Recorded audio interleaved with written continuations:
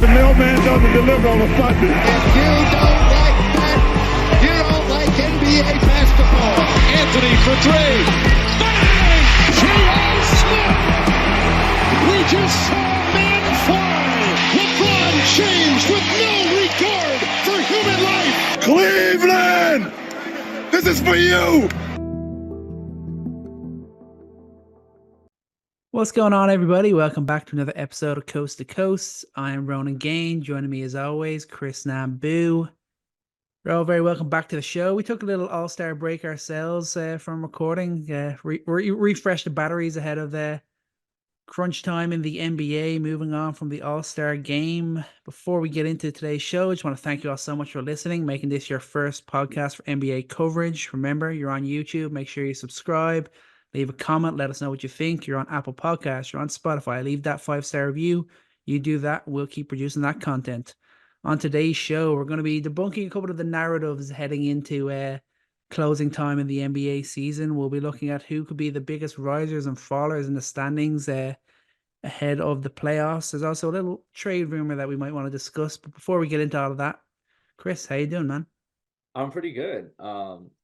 I feel like one of our hallmarks of this podcast is talking trades, and like the trade deadline is passed, and somehow you still got another trade for me to talk about. So, I full disclosure, I have no idea where we're going with that. I'm excited for it, but yeah, things are good. Still cold, still February, waiting for that springtime, waiting for some actual basketball.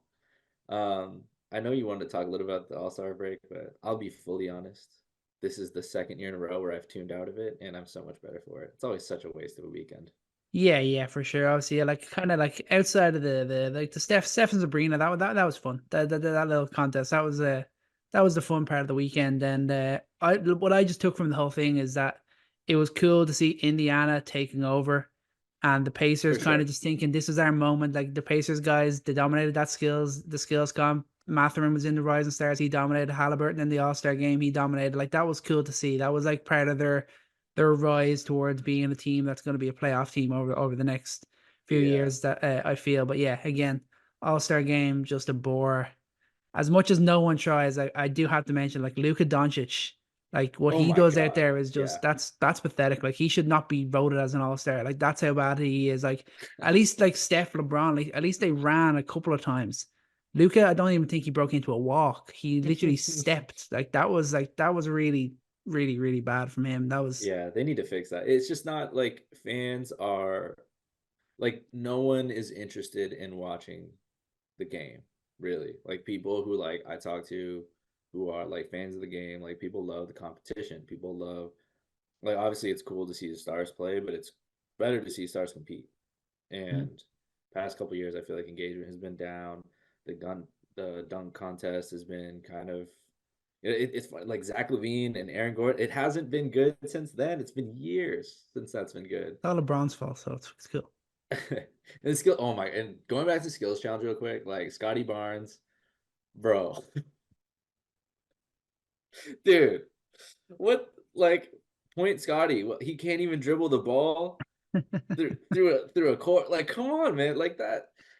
I was thinking about tuning in, and then I saw that. I was like, yeah, I'm out. I'm out on it, and I'm glad I didn't waste my time on it. Spent some good family time. Caught a couple highlights. Yeah, the Sabrina thing was cool. Sabrina Curry thing for sure.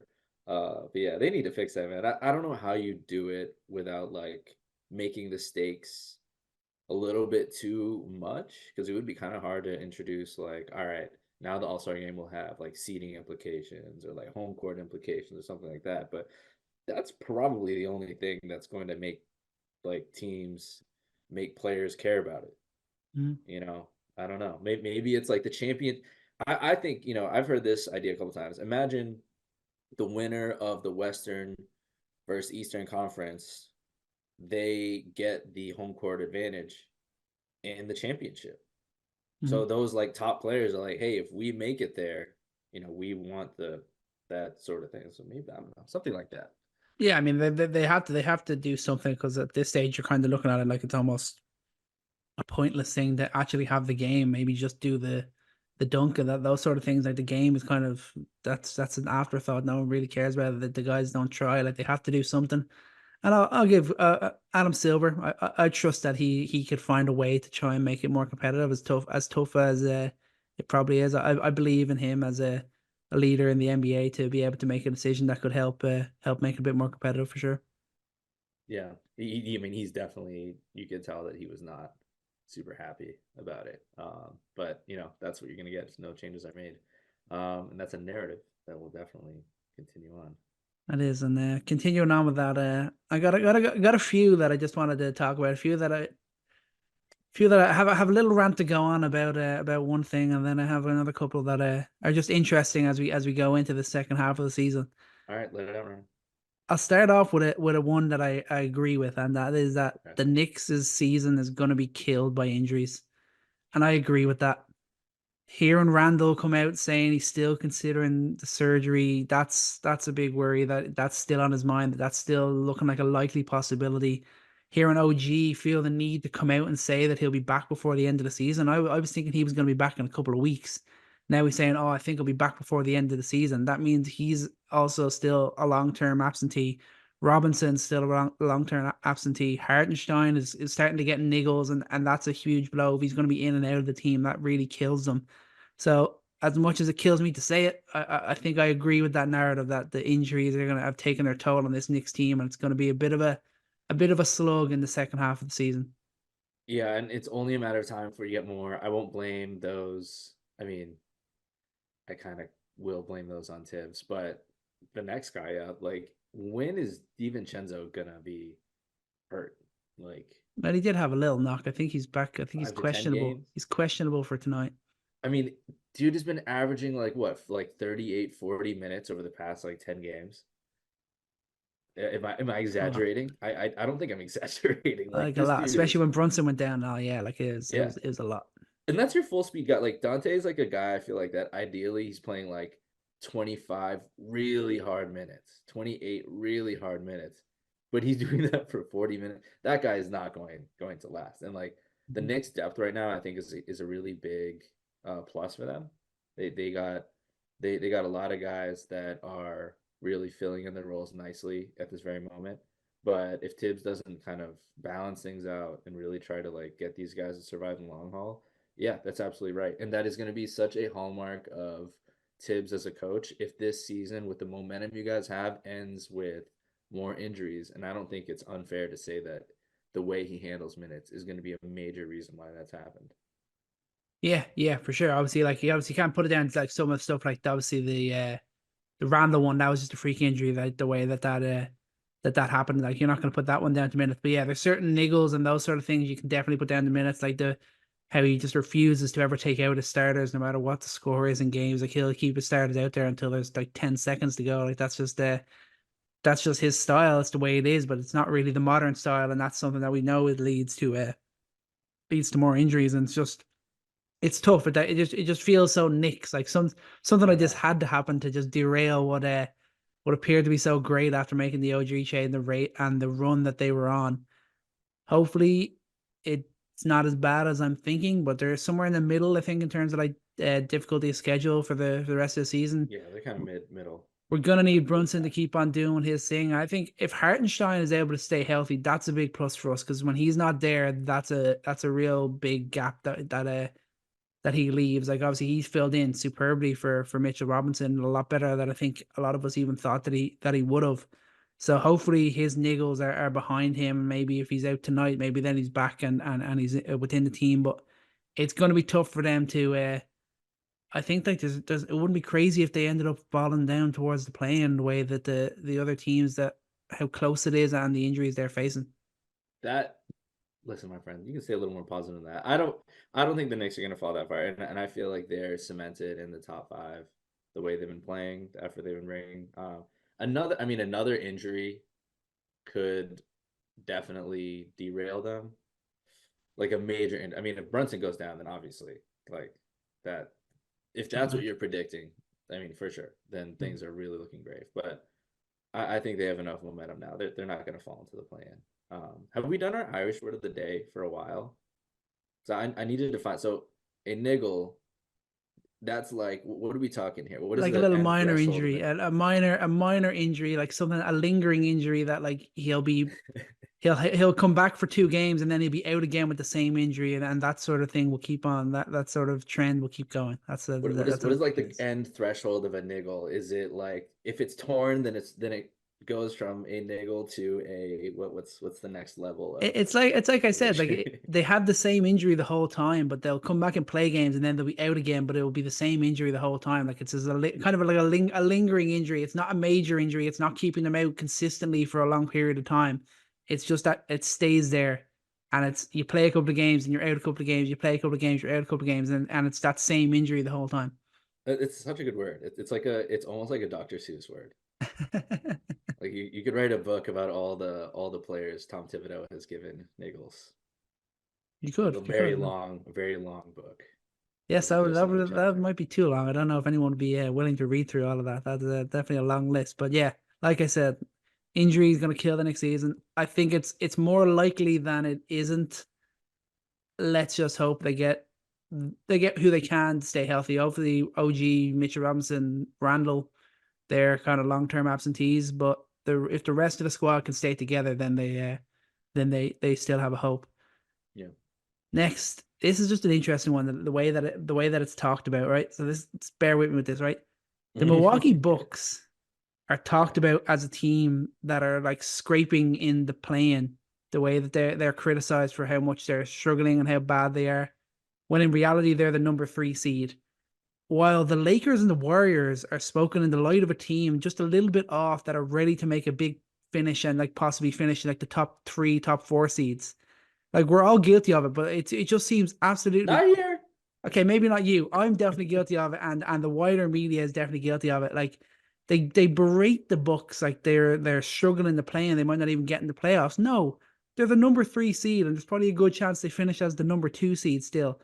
And the Lakers and the Warriors, they're the team that are down in 9th and 10th in the West. And the way that the narrative is like that, they almost have a better chance of doing something in the playoffs than the Bucks do, and it's just ridiculous to me. Yeah, it is ridiculous, but I think that it's it's fair given what we've come to expect from the Bucks. It's fair given the defensive presence that they've put out there in the league, that they've been so good for so long. And yes, they did lose Drew Holiday. Yes, they did change coaches. Yes, they've not had Chris Middleton fully healthy. And yes, you have Damian Lillard and Malik Beasley.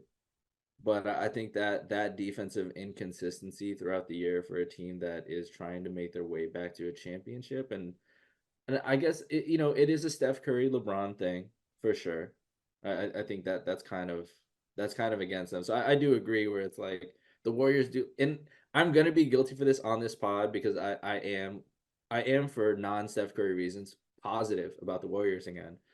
But I do think the second you see some good stuff from the Lakers, the Warriors, it's like, oh, okay, here we go. Things are good. But the second like this the Celtics could lose like 2 games in a row, and then the whole league would be like, "Are they for real? Should we break up Jalen Brown and like stuff like that?" Like the Celtics and the Bucks get way too criticized compared to what they've accomplished. So that's for sure. But I don't think it's really helped the inconsistencies and kind of the what has happened with them getting Griffin there, and then he gets fired, and all the things you hear from that. Like, hey, did you read that Giannis interview with the Athletic? Like the I saw stuff he was clips of it. saying, Yeah, just wild about like how he was talking about like how he had to be more vocal about drawing up plays and like talking in film room and like and basically just straight up without exactly saying this sentence like I had to coach this team because Adrian Griffin wasn't coaching this team. And like I've never seen Giannis swear this much in a singular interview, but just F bombs everywhere about how frustrated he was and like he's not a very explicit dude. So like he just the drama that's gone on in the season for a team that's supposed to be like a bona fide contender, I think has, driven that narrative. But that's fair. That's fair. Yeah. I'm not the one out here handing out the Lakers freebie praise. I'm telling you that for Yeah, sure.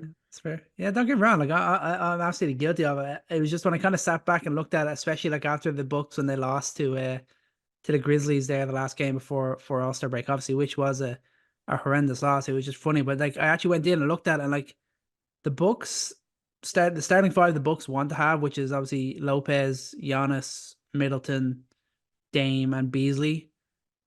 Offense 123, defense 107.7. Net rating 15.3. In terms of lineups that have played over 500 minutes this season, they'd be number one in net rating, number one in defense, and only the Denver Nuggets starting five is better in offense. So like there is something there.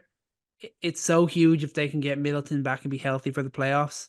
Like I still think that they have the potential to figure it out, and maybe Dame and Giannis have just been fooling us all year. Maybe we'll get to the playoffs and they'll finally start playing pick and rolls all the time. Like maybe they're just holding back that little bit. Maybe they'll have time to figure it out.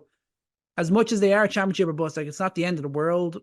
No, sorry, I won't say that. It is the end of the world if they don't at least Yeah. get to the finals this year. They've Yeah. gone all in on it. They have to. That's the benchmark for them.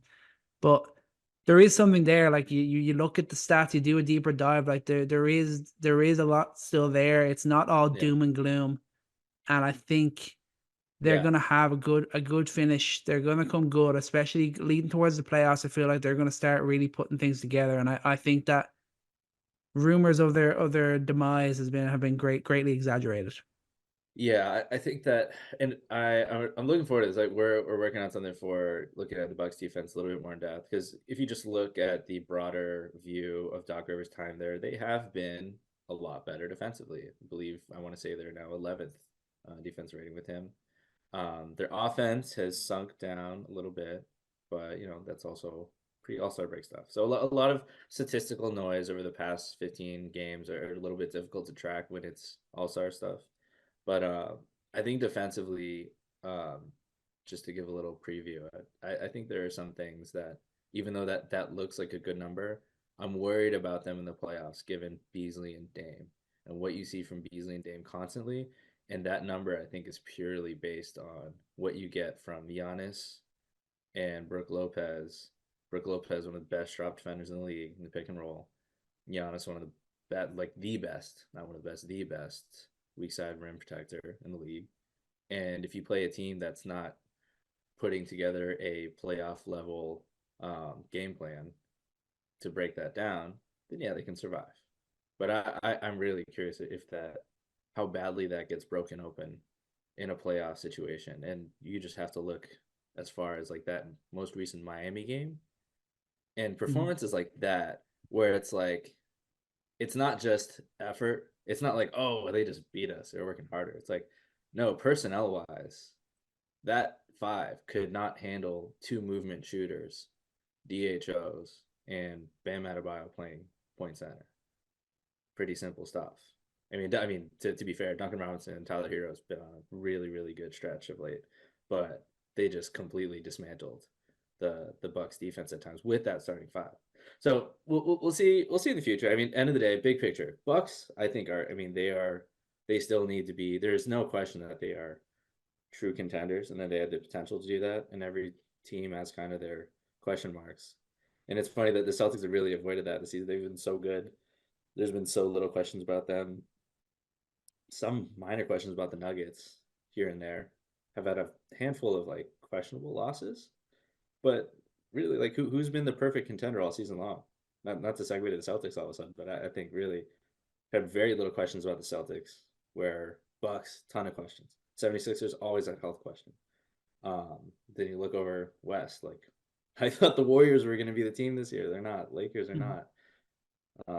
Suns, tons of questions. Clippers have their questions. Suns always are going to have their questions. Yeah. Like this, like it's true that like the perfect contender, like the closest thing is what Boston have done. But even then, we've seen them have some bad losses, and in like the biggest kind of moments when you're really expecting them to set a marker, they've kind of come up short in certain situations. But yeah, like you said, like there's no perfect contender, and as long as they're a top three, like they're going to be a top three seed in the East, and like that, they're going to be fine with that. And I would still look in the East and just say that Boston probably beat the Bucks in a 7-game series. Outside of that, I'm not gonna back any of the other teams in the East at this moment to definitely go down and take down the Bucks. So I just think maybe not, maybe like okay, it's justified to go harder than we believed when they got Giannis. They had like the best duo in the league, and they were going to really romp in the regular season. Maybe they just need a little bit more time to figure it out, and maybe when we get closer to playoff time, they'll have got closer to figuring it out, and they'll be playing a bit better. Maybe Dame's shot has kind of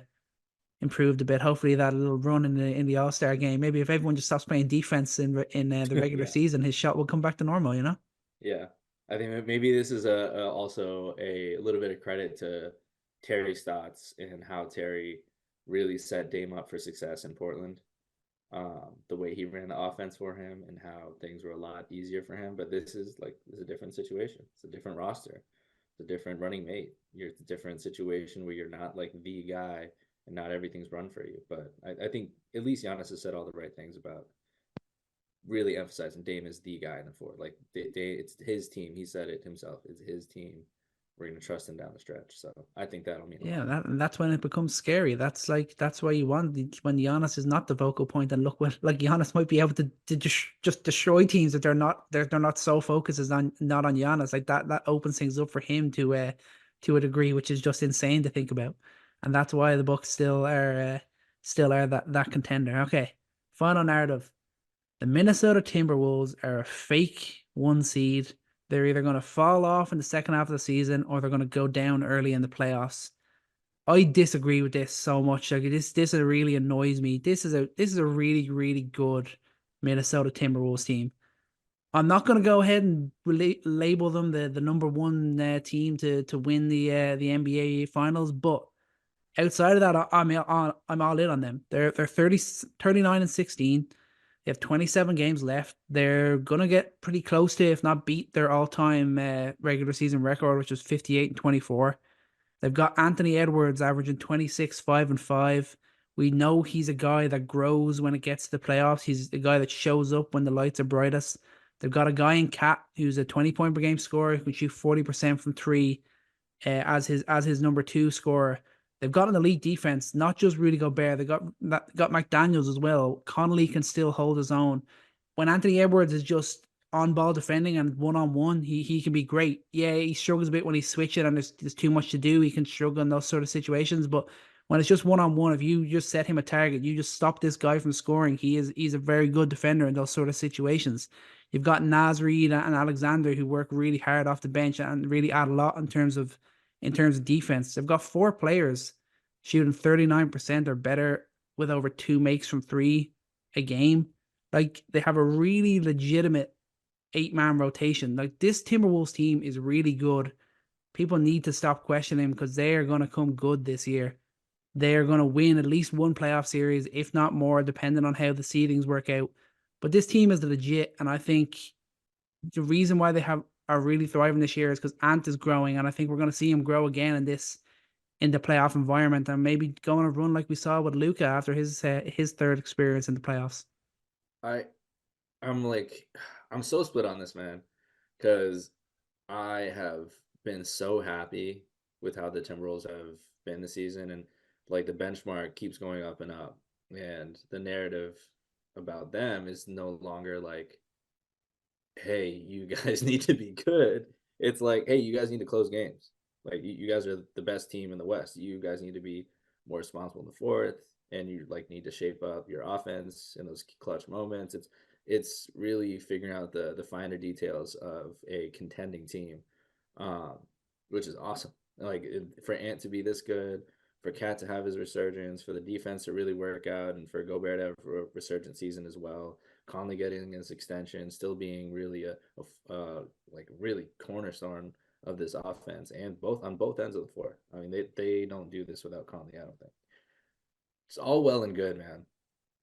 But I've seen too many times these specific players, Gobert, Karl Anthony Towns, and Conley, disappear at times in the playoffs, and that is particularly worrying to me if you end up facing the Warriors or the Lakers, aka you're facing LeBron or Curry in a 7-game series. And I feel like it's like a almost too good to be true moment. And like this is no hate for Minnesota. Like I'm there with Minnesota. I want Minnesota to advance. But Minnesota fans got to be lying to themselves if they look at that matchup and they're not like, "Ooh, I hope we don't find a way to screw this up," because the thing is we haven't seen it in a playoff scenario successfully yet. We know what it looked like when they came that close against Memphis a couple of years ago. But to see it with Gobert, that's the one thing I'm curious about. Does this defense hold up with Gobert out there with a lot of movement on the perimeter like you get with the Warriors? I think if they face the Lakers right now like that, I'm okay with that. I think they win that. But just the confounding variable of the perimeter action you get from the Warriors and just the amount of shooters that could come and go. It is kind of a scary position to be in. And then there's going to be so many people that would come out and be like, yeah, see, I never believed in the Timberwolves. Yeah, they're a fake playoff team. But no, I think they're legit, but they still need to prove themselves. And specific players on this team, including Ant himself, need to prove that this is where they belong. Yeah, that's probably fair. I will say, at least on Cat, I know that like that 2 year, obviously last year he just wasn't healthy. Two years ago against in that Grizzlies series, like his offense held up in the playoffs. Like he still shot 40% from three, he still averaged 22 points per game. I get what you mean. Like show me his fourth quarter. Show me his yeah, fourth quarter like stats. like certain moments is not good, but at least you know that I think especially the growth from Ant, I think you know that the ball's going to be with him, and you get that extra bit of control from Conley, which I think helps. And I think being able to kind of bubble wrap Conley a bit in the rest of this regular season with bringing in Monty Morris, like that's going to be really really important for them. But like I know it's a big thing where you kind of have to grow with young teams. You got to grow in the playoffs, and like you have to go through your losing after winning one playoff series first, and then you go and next year maybe you get to the conference finals and you have to grow. But we've seen recently, like the Golden State Warriors in 2015, they won a title after going out in the first round. The Suns did 10 years of nothing, and then they went to the NBA Finals straight off the bat. The Mavs were back-to-back first-round exits, and they went to the conference finals. So, like, it is possible that a team can emerge in a year. Like, they had a year last year to figure things out. They made some good moves, getting rid of D'Lo, getting in Mike Conley. Like, they've improved, and I think Ant is obviously still a guy who's growing, but the belief that I have in him makes me believe in this Timberwolves team, and the growth I've seen from some of the other guys like Alexander Walker, like Naz Reid, like McDaniels, like that makes me believe in this team. And I think it's just a slap in the face how good they've been to call them like a fake one seed, or like that they don't deserve to be in this position, and that they're going to fall off. Like that's just playing on history there. Yeah, that's fair. And I think that big picture too, just thinking about those teams you mentioned, like this season in particular out in the West, 3 new faces really to worry about in the T-Wolves, the Thunder, and the Pelicans. I mean, Pelicans who have had really, really good form as of late. And kind of the Clippers too. Well, yeah, and the Clippers. Yeah, I mean, you forget that. Or you kind of just assume, oh, you got Harden, you got Kawhi. But I guess new faces in general, like the team itself should, but the faces there are they should be there. But T-Wolves are legit. Let's stop with the hate and let's go. Let's just T-Wolves, back me up here. Go and at least match your all-time regular season record. Let's show that the world that you mean business.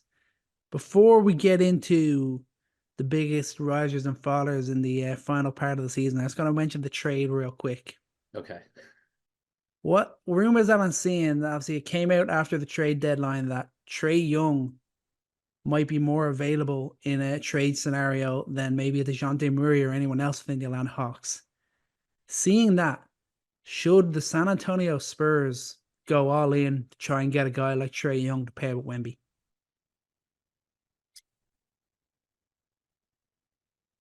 Convince me. I'm not convinced. My immediate answer is no, but convince me. I'll just say absolutely elite playmaker, probably the best playmaker that's going to be available in the next 5 years in the league. And the biggest thing that it appears they need alongside Wemby is that playmaking. Yes. Obviously, downside, he doesn't play defense. He has not really shown his ability to get out of his comfort zone, to kind of work that little bit harder. Maybe that changes under a coach like Greg Popovich. Maybe it changes in a scenario where he's not the number one guy. But those are the negatives. But in terms of the playmaking that he offers, the scoring punch that he offers, that alongside a Wembanyama, that'd be kind of scary. Because you could argue that besides Chet, Gobert, not even a Miles Turner. Like there are very few guys who could truly cover up for Trae Young. And that's not even to mention like having perimeter guys also to help cover up. Wembanyama, for what he brings to the defensive end, could really be somebody that could cover up for that. And what Trae could do to really set up Wembanyama for success. Like that is something. I mean, we can make a whole highlight reel of missed drop down passes, missed post ups, missed lobs, just so many missed opportunities for Wembanyama to score. And he's still, what is he averaging now lately? 26 a game in the last like 25 games or so. Like in that, the scoring pace he's on now without a true playmaker, and if you add in Trae Young, a really, really tough perimeter threat, and he's had a great form of relate to. I mean, when you say the words like "go all in," what do you mean? What do you mean by that? Go all in. I mean, what are like, we talking here? Being realistic, the Hawks are going to want a big package of Trae Young. You have to think they're gonna have the top three pick this year. I'm not trading that for Trae Young. Yeah. I guess that's fairly fair. You wouldn't trade that up. You think you could get a better fit for Rudy for Wembanyama in there? Man, do I want to give up a top 3 pick for a guy who I know plays one end of the floor and has only shown me one time where he has been competitive in the playoffs?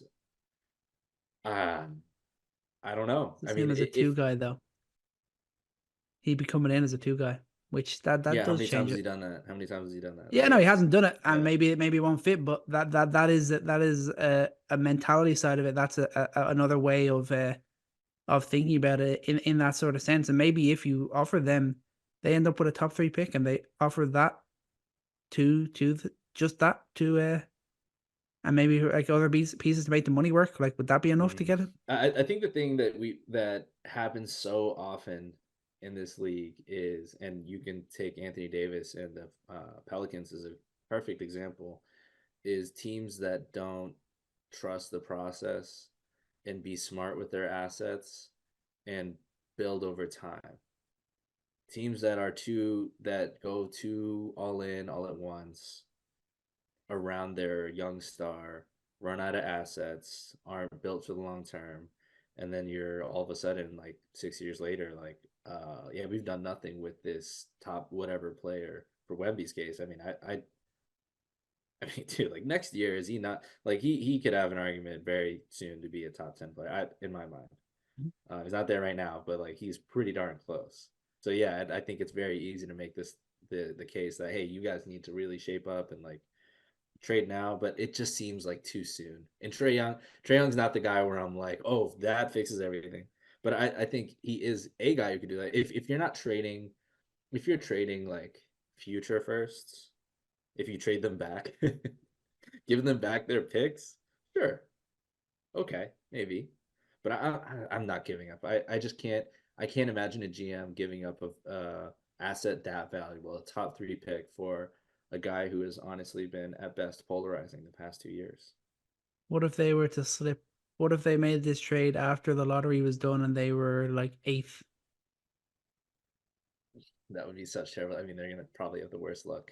I mean, they have second worst strength of schedule. I mean, they got They Wembanyama. won't. No, They they won't. deserve. They'll have the worst they could have is a 4th pick. The worst they could have this year is a 4th pick. Okay. Yeah. So Unless they get your call is you make the call. You say you're too early to go all in. The worst they don't need to panic. worst chance I have 4th pick. I'm not trading the 4th pick for Trae Young. No, I'd say no, thank you. I think Trae's a great player. If you want to do future firsts, if you want your picks back, if you want to do players, then then we'll talk. But that's too much. Yeah. Yeah. And you're giving up one of your young wings as well. That's probably another stopping point. You're giving up at least one of Vassell or someone else. And I don't Mm. want to get part ways with Vassell Yeah. Yeah. either. Okay. Yeah. No, that's fair. Fair point. All right, let's finish it out then. Biggest risers, biggest fallers for the rest of the season. We want to start with the risers or the fallers. Let's just I'll show out start there. with a Who's your history first? lesson. History How about lesson. that? Okay, go. So, and I think this is really instructive. In the past decade, how many teams do you think went from being out of the playoffs? So this is the pre-play-in period. So out of the eighth spot and going up in the standings to in the playoffs. Past decade. 7. Zero. Wow. Zero. The only team that made a jump was the 2015-16 Charlotte Hornets, led by Prime Kemba. Can you say Prime Nicholas Batum? Is that a thing? No, it's just Nicholas Batum. Michael Kidd Gilchrist. So they were 27 and 26. They were the 8th seed, and they jumped all the way up to the 6th seed. They ended their season 48 and 34. Best season they've had since. Now, Maybe we'll ever have. hey, LaMelo, maybe we'll see. Warriors are sitting right now in a very similar, actually exact same position. They are now 27-26 going to the All-Star break, but they are 10th. But now we are in the play-in period, and I want to know what you think of their recent play. Right now they have the 5th easiest remaining strength of schedule. They're 9-5 with Podziemski starting. Kuminga's made a fantastic difference. He's been getting serious minutes. Wiggins looks like he wants to play basketball. Draymond Green has looked really solid. Clay, I think, doesn't mind playing the bench. I mean, he just Yeah, drops he's 30. he's gone to the bench now, and he's averaging 30 a game. We're good. And the vibe is very different right now for the past 10, 15 games or so. If I have to bet on anybody moving up, despite our little history lesson that doesn't happen, right now they're sitting at 10th, but I think that they're way better talent-wise than their record shows. I think their defensive potential is way higher than it's been, especially now that if you can get Wiggins re-engaged, if Draymond Green is not going to punch anyone else in the face, that's huge. I think that if I'm going to pick someone in the West, it's got to be that. Yeah, I mean that's fair. I think obviously you'd be confident in them getting the W tonight against the Lakers. The Lakers don't have LeBron James. They're also without a couple of other guys' injuries as well. So I think they have a good chance to gain at least one game back on the Lakers tonight. They are in a strong position. They're looking great. Like the big thing is like Kuminga continues the form that he's on. Like this, that raises the bar for this team significantly. And like it kind of feels like the last while, it's like another whole thing with like when Draymond's in the team, it really just brightens the whole place for the Warriors. It really does take them to a different level. As much as like you want to like I've been a big critic of Draymond. You've always been a guy who's praised him, and I think yeah, you're probably right. Like when he's there and when he's playing, the team has more success. That's what we've seen over the last like what 10 or 12 games. They've gone on a little run, and Draymond's been a key part of that. Obviously Steph's still doing Steph things. You need that. The only worry that you would have is the couple of collapses that they have had were bad. Like that one against the Clippers was really bad. Like that was such a good game until Clay did that. Like they worked their butts off to really get back. And yeah, I know the Clippers were down. it was like no Kawhi, and then when PG went out and they still had that lead, and then they still managed to blow it. Like I get that the Clippers are still a good team. Like Yeah. Powell made some huge shots for them, but it was still a bad L. But on the whole, you look at that Warriors team and you look what the schedule that they've got coming up. You believe, yeah, I think that's fair. If it wouldn't be crazy to see them knocking on the door of the 7th seed, if not higher. Yeah. I think that, and this will talk about the people who could fall. I think there's only really one major team. But just back in the Clippers game, I think like the Clippers, I think they show that their depth can throw punches. Mm-hmm. Like if Norman Powell is one of those guys that can just get on a heater and like, especially PG going down, like you feed this guy when he's on one and like he's gonna deliver.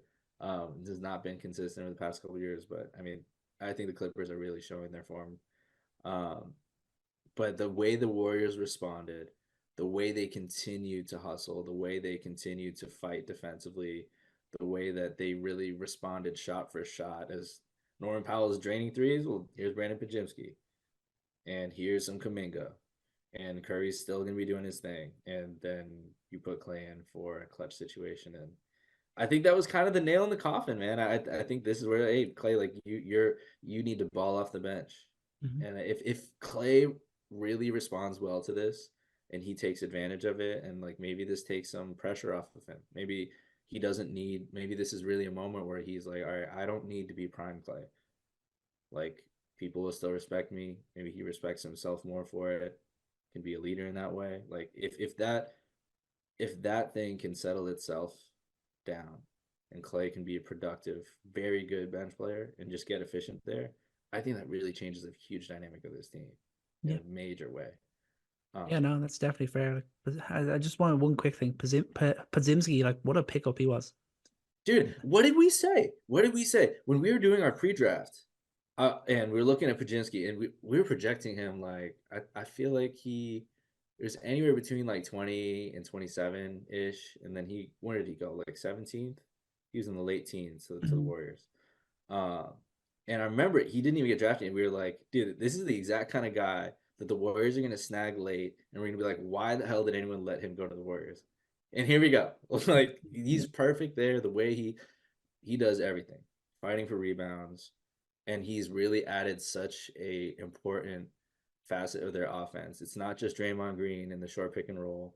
It's not just Steph Curry, whether he's running pick and roll or he's just breaking down the defense with his off-ball movement. Now Brandon Pajimski, you can break someone down off the dribble. You can play in the pick and roll. You can do kind of the similar role where you have multiple playmakers on the court now, and he's someone that's kind of fit. Ironically, I mean, he's fit way better than Chris Paul has. I mean, I've been very wrong on how that would have been a benefit to them, but yeah, for a rookie to be making the impact he's making with his play is fantastic. It's unbelievable, really. Who could fall? Who could fall? I mean, if someone's gonna rise, who's gonna fall? I have my answer. I think the Pelicans. Huh? I'm gonna say wrong. No way. They've been playing really I good. think the Pelicans are currently 6th. They're 3.5 games clear of the 9th seed, which is the Lakers. Their main lineup, their starting lineup, their Valanciunas, CJ Ingram, Zion, Herb Jones is a net rating of -2.4. True. They're still trying to figure things out a bit. Maybe I'm being a little bit harsh thinking they're gonna drop off, and maybe I'm putting too much belief in the likes of the Mavs and the Lakers and the Warriors to kind of do better. But yeah, there's just something within that Pelicans team that I could just see small things could creep in that could lead them to dropping down. I mean, I will say like the starting lineup, a lot of that over the course of the season. I mean, if we filtered out like the first 20, 25 games where things were a little bit rocky and, that adjustment period, I think that adjustment period was tough for them. I wonder what that lineup's net rating would be if you look just the second half of the season, because just in the last 20 games, I mean, they're 6th in offense, they're 9th in defense, and we're seeing the production across the board. We're seeing things flow a lot better with the ball being in Zion's hands again. And, they have all the tools to continue to compete. And I feel really strongly about that. And I felt that way for years now. We just need to see it come to fruition down the stretch. Because, I mean, CJ has really accepted his role in a big way. I don't see the conflict of interest with, Brandon Ingram accepting a secondary role, which I feel like he has. It's Zion's team. Brandon Ingram is still your clutch shooter, but this is Zion's team. And the wings they got, the wing depth, I think that's just, I believe too much in the players on this team and what they can do defensively to think they're going to sink more than the most obvious answer, Ronan. The Sacramento Kings. Okay, yeah. Yeah, they got the eighth they're hardest. the 8th seed now too. But yeah, They okay. are now the 8th seed. I mean, the team that going in the offseason, we're really big on the continuity piece. Keegan Murray getting better, them building on what they did last year. Historical season. I mean, we talked years ago about, oh my God, the Jazz making the best offense in the league. And then all of a sudden last year, Sacramento Kings just blowing that out of the water. Um, and then they've been 500 the last 20 games. And that shows in the net rating, which is a nice big fat 0. Lost to the Pistons. Kind of feeling average. Mhm. Things not really flowing in a way that they should for a team that went toe to toe with the Warriors last year. And what I felt was the most exciting matchup in the playoffs that we saw. A team that, you really felt that the next year would get better. Because it was only really their first year of like really pushing for the playoffs like that. I don't see I see the staleness there. Keegan Murray, he's coming along. I mean, he really had a great surge in December. 17.2 points per game in December, 17.7 points in January. Topped that off with 33 on the Heat. And then kind of just coasted an all-star break. 8 games, but 8 points per game. I'm not sure if his resurgence is going to be that big X factor that we expected. Um, I think if any team's going to fall, I think Sacramento might fall, and they might be in the plan while the Warriors ride this wave, make their way up. But I think that would be a very fascinating rematch if we end up seeing that. Yeah, for sure. I think obviously it's just funny to think that there's a good chance we could end up seeing the Lakers face the Warriors in the play-in again, which is definitely a fun one. Is definitely going to be a fun one. And if we could see the Warriors and the Kings too, like it's going to be interesting. That battle, I think, the 6 to the 10 seed in the West is such an interesting battle for me. I believe the Suns will have enough to sustain their top 5 push, and maybe if the Mavs look good in the early stages after making those moves, is that if they stay healthy, that continues. Maybe they could make a little push to get into the top 6. But it's it's definitely a lot more open that 6 to 10 race in the West than it is in the East. Yeah. Hey, where'd you put your soapbox? Because you were so ready to tell me that the Mavs are the best team in the world after they beat the Charlotte Hornets. Okay, let's just relax here. 3-0. I saw that stat. Whoa. I just saw that stat, and I was just like, if that continues to any sort of realistic level, that is a huge difference maker for them, which is true. Yeah, they beat the Thunder in that as well. They did the job, did a good job beating the Thunder. Obviously, it's only 3 games, but the moves look to be good. They filled the gap that they needed to fill, and maybe that it'll just be a quick burst when new guys come in that can happen, and then we'll see a drop off. Maybe that'll be the case, but maybe Kyrie and Luka will stay healthy, and maybe it will continue to look good, because when those two are healthy and those two are clicking, they're a force to be reckoned with, especially in the regular season. Yeah, I'm trying to find you the text that you sent me. Oh, what was it? Oh, the post said, so for the season, Mavs are 19th defensive rating, 23rd in rebounding. With PJ and Daniel, Mavs are first in defensive rating, first in rebounding. And this is why, folks, if you are watching the news, if you are doing anything and someone throws a stat at you, look it up. Look it up. Because people use stats all the time to force. We were talking about narratives earlier, right? That's a one crazy narrative. In a 3-game span, you want to throw stats at me? Their defensive rating in 3 games, one of which was against the Charlotte Hornets. Get out of here, man. It wasn't even you. It was that post that I was like, come Man, on. I didn't But say that they were gonna stay as the number one I defense for the know, rest but of even the just Mavs. the I was just suggestion of saying, it if there was was any wild. if that was any is that was real in any sort of way, that was the point I was making. Yeah. If there was any sort of actually genuine realness to that stat, that makes a huge difference for the Mavericks, and Yeah. I think that is true. I do also I do, to that point, I do think it's true that the personnel change definitely matters, and um early days, but it I mean, what was I saying? I was a little bit critical before about what we see out of PJ Washington, and I let me see that for more than 3 games, okay? But I mean, the effort looks different, looks better, and his size is a definitely bigger factor than Grant Williams. I'm still a Grant Williams guy, and look, he's balling out in Charlotte. defense looks better in Charlotte. Maybe Charlotte make a jump too in 3 games. Let's check their defensive rating and offensive rating in 3 games. But I do think that Gafford really again, like the strides that they're going to make just with the size and athleticism that they've added from those 2 guys and getting Derek Lively healthy. I definitely think that at 7 seed, they can move up. They have the 9th easiest remaining strength of schedule. And now that you have that dynamic of injecting more athleticism, more size, the middle, you're not going to have, Grant Williams as the guy stepping into the middle as you have, the NBA's athletes cutting past Doncic and riding to the rim. Like you have Derek Lively stepping in there. You got Gafford stepping in there. You got PJ Washington stepping in there now. And that's not even to mention, how that may even continue to get better with Kleber out there, with the other guys. I'm excited. I do think they could get better. Yeah, for sure. Let's flip it over to the Eastern Conference. So my riser, I think the Indiana Pacers can go from the 6th seed to the 4th seed in the East. The Knicks and the 76ers are injured. Halliburton is back healthy. Siakam is well settled. Hopefully Neesmith's injury, I know he's picked up a little knock. Hopefully that's not too serious. They're ready to make a charge, whereas the 76ers and Knicks are hurt, and that's going to affect them in a stronger way. And I think the Pacers are in a position to take advantage of that. Yeah, and I like that pick. And it is sad because a lot of it's going to have to do with injuries. I think we definitely see this new dynamic of Siakam being in there and what he can do with the ball.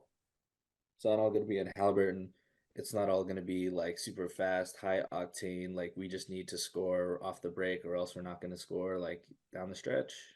See him have the ball and he can do something with it. And that they don't have too many creators that can do that. And I think it's exciting to see that gel over the next 20, 30 games. If they're going to make that push, I guess my question with them is, where do you see them going in a first-time playoff run? What are their chances of making it out of the first round? And They then make it to the 4th seed. That gets they're the 4th seed. That opens it up if they're facing. Miami. Yeah, like they can push. They can push the Knicks or the or the Sixers in the series for sure. Especially if neither of those teams are fully healthy. If Embiid's just after coming back. If the Knicks don't have Randall, if they only have like one of Randall and OG, like that Pacers team can definitely roll over one of those teams. Will they get by a Milwaukee or a Boston in a 7-game series at this stage? No, but I make that pick mainly because I think even like watching them when Halliburton was injured and even when he was back in that time restriction. And there was 3 or 4 games that they could have won if Halliburton was on the court, because there was times in the clutch when the ball was in Nemhar's hand and everything was just so chaotic. And it was just he was dribbling faster than his brain was working, and they ultimately messed it up. And I was just thinking, like, if that was Halliburton, they would have had a far, far better chance of nicking wins in those sort of situations. Now that he's back and like just moving on from the buzz that was generated around All-Star Weekend, I just feel like they're going to be ready for a strong finish to the season. And I think they also have an easier strength of schedule than both the Knicks and 76ers. Yeah, this is true. I thought the easy answer was just the Miami Heat. Do I need to explain? Yeah, they're just the Miami Heat, but no, they're I think they're staying. I think they're going to stay in the play-in, to be honest. They could. I've liked some recent stuff I've seen, and it hasn't fully translated to results. But when we look at Bam and we look at what he's doing from a playmaking perspective, alongside Jovic, alongside especially Duncan Robinson, Tyler Hero, the way those 3 synergize, it's some beautiful basketball, and it's Warriors-esque, honestly. The way that they run screens off each other, the way that Bam and them they just really have a very tight connection. They know where Bam is going to be rolling. Duncan Robinson knows. I mean, Duncan Robinson has made such strides as a driver, really putting the ball on the floor, even with his left.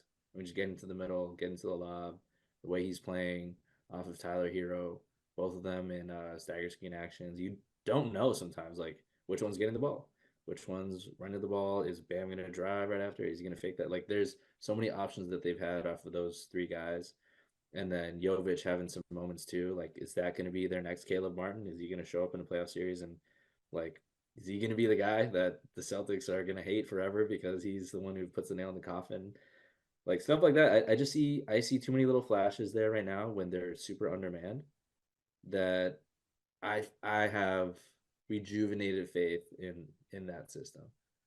Yeah, like Just as with always, some can't. offensive Yeah, flashes. you can't rule out the Heat. You're just a fool if you're doing that. The difference in the Heat and like compared to like the Kings in the same spot in the West is that the Heat can only go up.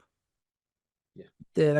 The play-in race in the East stops at 8. Like they have their top 8 is set like that. That's just the way it is. Like the Hawks and the Bulls, they're not or the Nets, they're not making a run to get above or above the Heat or the Magic. That's just not happening.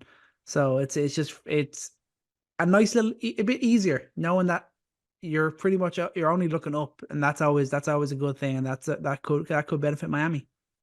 Yeah, I'm really curious how that's going to go. If I would love to see an Orlando Miami Heat play-in scenario. I mean, they just bludgeoned Orlando earlier.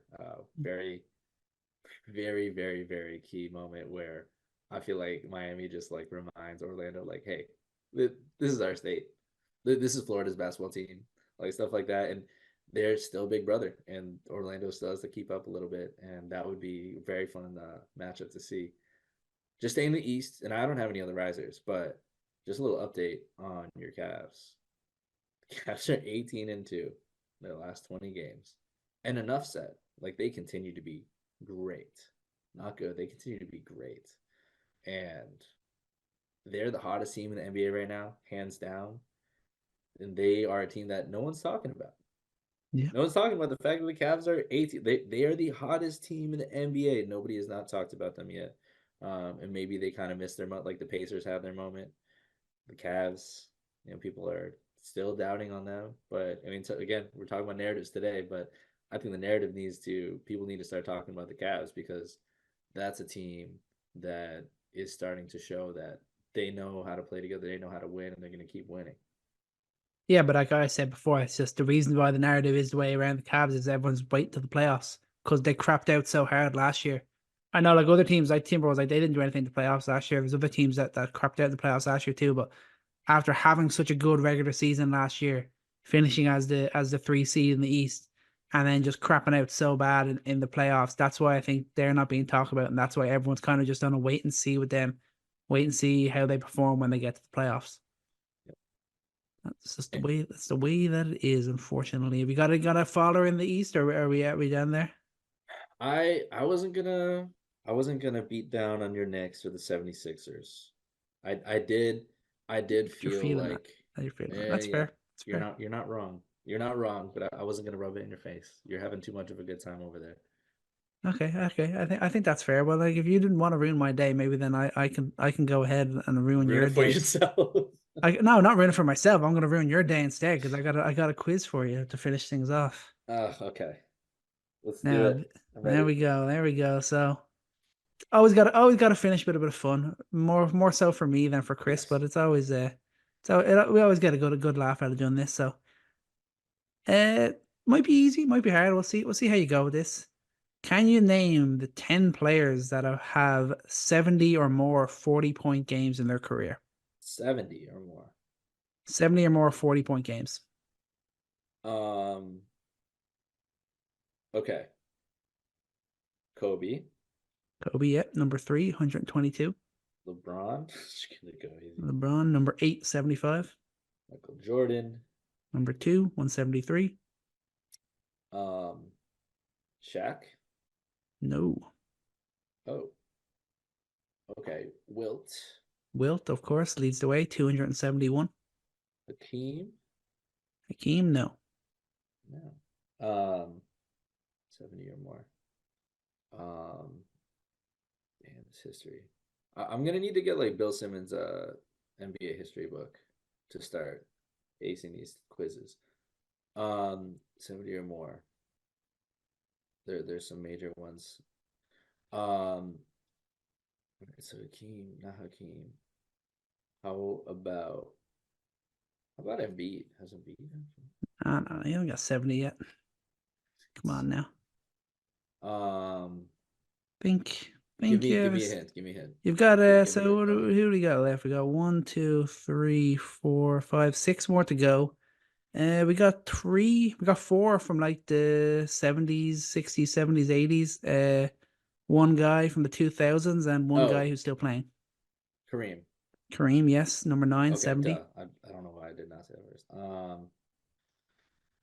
You already said Jordan. This is a long shot. Big guy. Karl Malone? No. No. I was a little bit surprised. I thought he might have stuck on there, but no. One who's currently playing that I have not picked yet. There's probably 3 guys you're going to think of, and you're probably going to say the other 2 first and forget this guy. Oh, Kevin Durant. Nope. Really? He's just How many off. does he have? He's 69. just off. Really? Mm-hmm. Okay. Melo? No. Dude. 40 point game. 70 is a massive number. Yeah. I'll And be he cleared it. This guy, the guy who's still playing, absolutely cleared the 70-point mark. 70. Yeah. Someone who's still playing absolutely cleared the 70 games with 40 points or more. You wouldn't think of him so much of a Still scorer anymore. That's interesting. So he's an older player, obviously, and 40 points or more. All right. He's an old guy. I wouldn't think of him as a scorer anymore. Oh. Another hint. I'm failing. I mean, let's Drowning. see. He's like he likes to trade. He likes to trade. He's still in the league, or he's a GM. He's still in the league. He likes a trade, is what I said. He likes to trade. I already said LeBron. Yeah, you did. LeBron doesn't like to trade. LeBron loves to trade. He loves to trade his teammates. Come on, man. Dude, this is gonna kill me. This is why I hate this, because it's gonna be the most obvious answer. He's traded this past off season. Oh no, sorry, during the regular season. During the regular season. Oh God. Oh. I can't believe he has more 40-point games than Kevin Durant. Do you want to say the James answer? Harden? Yes, James Harden has 101. Wow. The 4th most all I mean, time. those Rockets days. His MVP season was Like he probably had like 80 of those with the Houston Rockets, I'd say. Yeah. I remember there's a portion of the season where he was averaging like 38 a game. Okay, Like, so you got one more guy. He was an MVP but never won a ring. He played predominantly in the 2000s. MVP but never won a ring. Played in the 2000s. It's not Melo.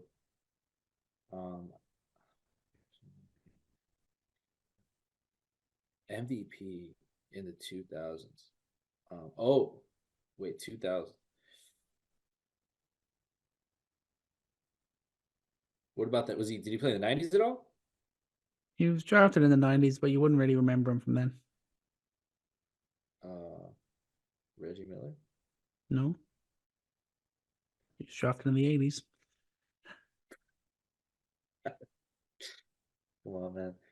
Come on, man. Who won? Oh. Allen Iverson. Bingo. 79, the 6th most all time. 79. Right. We got 1, 2, 3 to go. They played predominantly 60s and 70s. That's funny. My Apple Watch trying to help me out here. Gave me the number 79. That doesn't help Siri. I got 3 more to go. Yeah. These guys Charles- played in the 60s and 70s. Think about the biggest stars from then that you haven't talked about already. Oh, Jerry West. No, not Jerry West. Who's next? They're kind of the same. The same. You think of the same. I said Wilt, didn't Mhm. I? I said Wilt. Oscar Robertson. Bingo. Number 7, Okay. 77. So we got a Um, Laker and a Warrior. Laker and a Warrior. Laker and a Warrior. So the Laker would be. The Laker would not be Magic. It would not Would be. it? Would not 60s be and 70s, baby.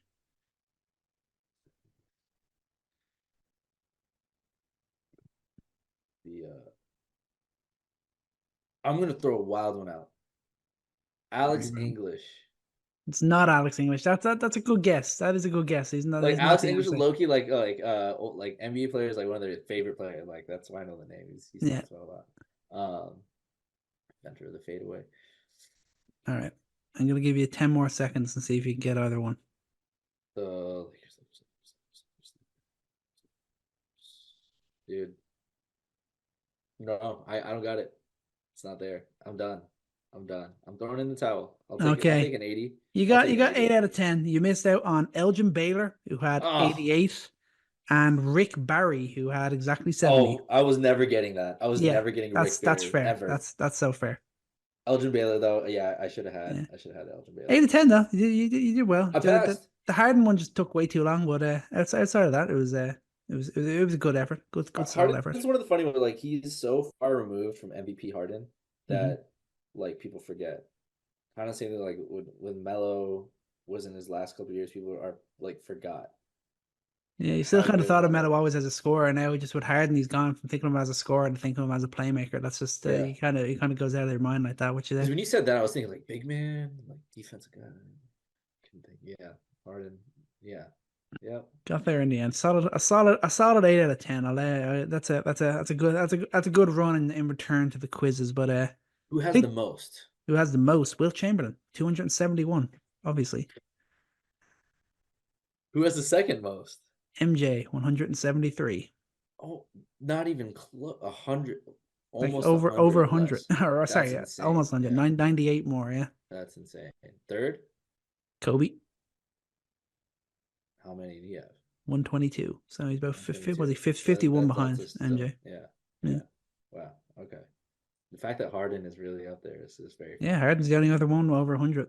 yeah. Pretty impressive. And like no one else is really even close in that. Like I don't like Curry and Durant there. Curry has 68, Durant's got 69. Like I don't think they're gonna even get close to the 100 mark for the rest of their careers probably. Maybe. Yeah. I think Curry could get there. I think Curry could score like 40 points. 40 I mean, points is that 40 like points it's that means nothing like anymore. like yeah like how often he'll score like 35 plus 36 would not actually get to 40. Like you just need to I know, get to but 40. like Like 40 it's points. that I sort feel of way. like Grant Williams could score like 40 points tonight and be like, oh wow, cool. And go about my day. And like 5 years ago, someone drops 40 points, and you're like, that meant something. I think you could get there. But yeah. Educational. I need to hit my history books again. But There I you go. passed. Yeah. I survived. Passing Pretty rate, you made it. You didn't get too stretched out, which is always good. But I think that's gonna do it for today's episode. We're back to basketball. We're done with the All-Star break. Thank God. We're heading towards crunch time. We shall see. Timberwolves, don't count them out. Bucks, don't count them out. Warriors, can they make a push? We shall see. And when they do, we'll be here to cover it all for you. Chris, thank you so much for joining me. And remember, if you like what you're hearing, we are everywhere on social media at Coast to Coast NBA. And most importantly, remember to take every shot and love every moment. Peace out.